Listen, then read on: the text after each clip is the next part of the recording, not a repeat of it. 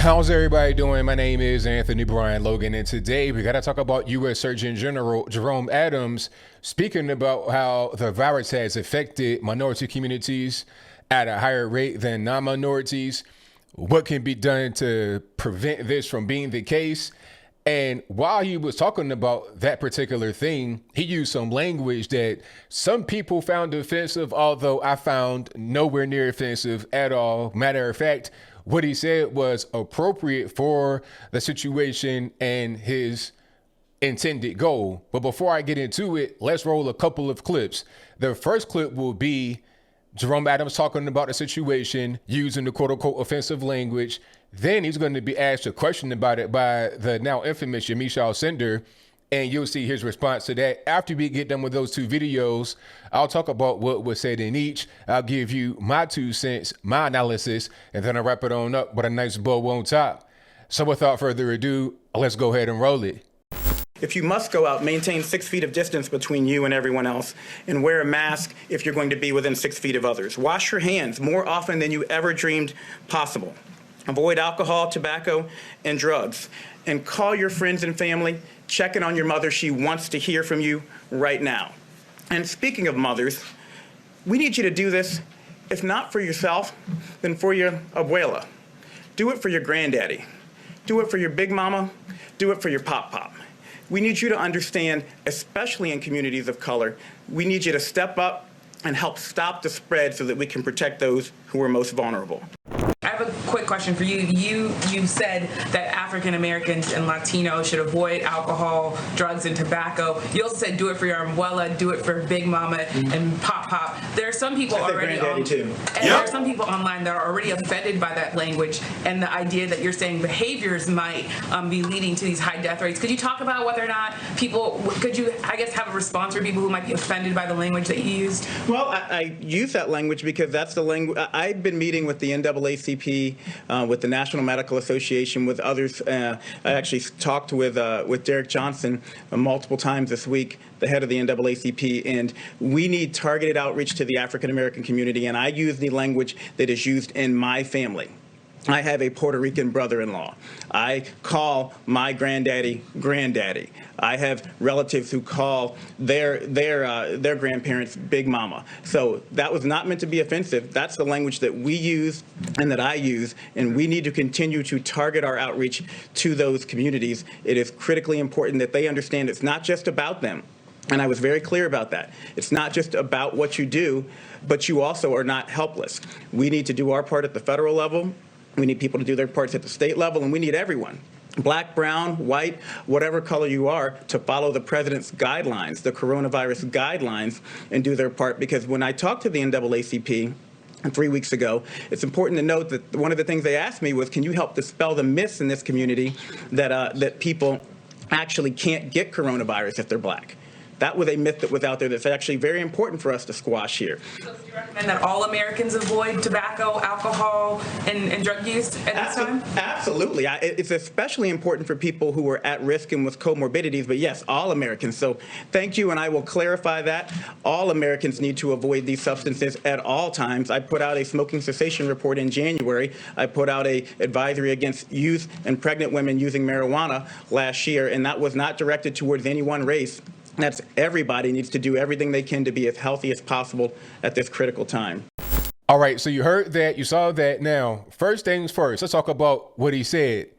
People are really getting offended, butthurt, and triggered because he said, if not for yourself, do it for your granddaddy, your abuela, your pop-pop, all this, that, and the third. Now, for me, that just kind of makes sense to say it that way because, number one, he's black, obviously. I mean, nobody's going to just say, oh, he's not really black, he's a white guy. No, he's black, number one. So I would assume before he even said it that that's how he would talk to his own grandparents and his dad and everybody else. That's probably language that he used growing up as a kid. That's first. But second, there's a specific issue with the minority communities in the United States. So why not have direct outreach to these communities? It's weird when people get offended and people using language like that are black, when you're talking to and about black folks, Hispanics or whatever, because on one hand, they say that they want minority outreach from the right, from the Republican Party.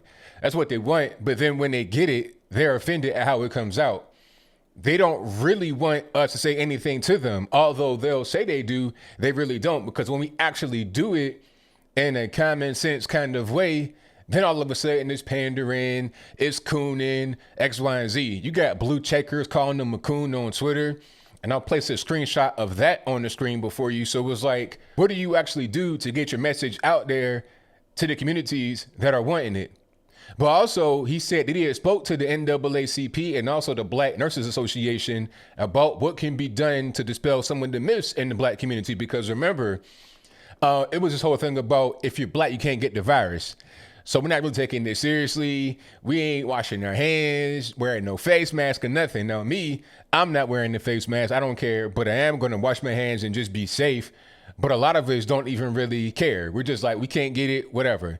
So the NAACP and other Black organizations that are not on the right, obviously, came to him and said, hey, can you help us contact the Black community directly and tell them what they need to be doing and dispel some of the myths? So he was out there doing just that and speaking straight to Black folks. But for some reason, that's offensive. I'm old enough to remember Barack Obama singing "Now Green" on the campaign trail. The crowd went wild. But imagine if it were anybody on the right doing something like that. I don't care if it was Ben Carson, it could be Tim Scott, Larry Elder, it could be me. Then we're coons, we're pandering, we're Uncle Toms and buffoons, all this, that, and the third, simply because we're over on the right. If Jerome Adams represented a Democratic president, then it wouldn't be a problem. Furthermore, what he said about the drinking and the drugging, I mean, obviously that's a problem among us. Nobody's going to deny that. Part of our health problems is the way that we live. It's the food that we eat, the drinks that we drink, the drugs that we take. That's part of it. You can't be healthy if you're going to do unhealthy things. Okay, he is a Surgeon General. His job is to make sure that Americans are healthy, to make sure that Americans do not catch this virus and die from it. There's a higher rate of morbidity among us because of preconditions, heart disease, diabetes, asthma. He brought out his own asthma inhaler during the actual press briefing to show that, hey, I'm not excluded from this. He grew up with no money. He grew up Black. He had asthma like a lot of us do. Like a lot of my friends growing up, everybody had asthma. It was common to see asthma inhalers. Like that wasn't even really an uncommon thing. There's a lot of guys that play NBA basketball and NFL football that have asthma. Don't get that twisted. It's a very common thing among us. Not really sure why, but it is what it is. So he was just speaking directly to us in the way that we can understand, in the way that he understands with his own family.